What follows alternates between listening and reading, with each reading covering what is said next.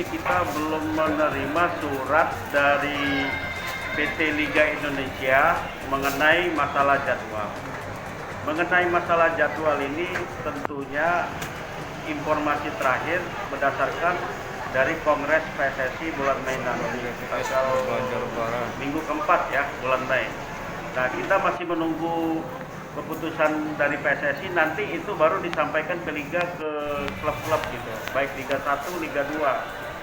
Kalau estimasi pelaksanaan Liga 1 bulan Juni, setelah bulan Juni, 2 minggu setelah bulan Juni baru Liga 2 pelaksanaan. Nah, terkait juga nanti mengenai teknis pelaksanaan, apakah itu nanti sama dengan skema Piala Menpora atau home away penuh, kita masih menunggu karena ini terkait dengan kondisi Indonesia sekarang.